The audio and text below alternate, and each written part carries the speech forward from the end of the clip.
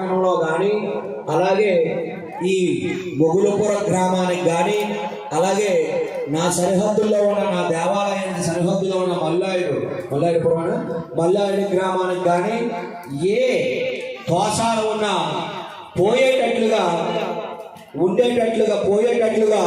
దీవించు తండ్రి అని వేడుకొని ఆ ఒక్కొక్క చెప్తాను. అందులో నుంచి ఓం నేను చెప్పేటప్పుడు ఇంద్రాయ ఇదం నమః. స్వామి నువ్వు మైకొట్టు వెనకాల ఇదం నమః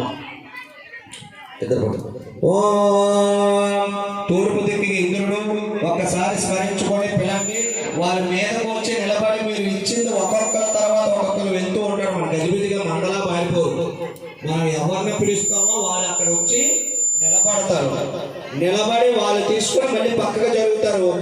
తర్వాత ఎవరాధిపతి వాళ్ళు వస్తారు. ఆ నెయ్యిలో ముంచే ఆ అవిసి కానీ మీరు కరెక్ట్ గా మంత్ర ఉచ్చారణతో కానీ మీరు పెట్టగలిగితే వాళ్ళు కంపల్సరిగా ఋషి వాక్కు గురువులు వాక్కు. జై శ్రీరామ్. ఓం తూర్పు దిక్కు ఇంద్రుడు కాబట్టి ఒక్కసారి ఇంద్రాధిపతిని పిలుచుకోండి. ఓం ఇంద్రం పూర్వదిక్పథంలో లోకపాలక ఆవాహయామి స్థాపయామి పూజయామి. ఇంద్రాయ స్వాహ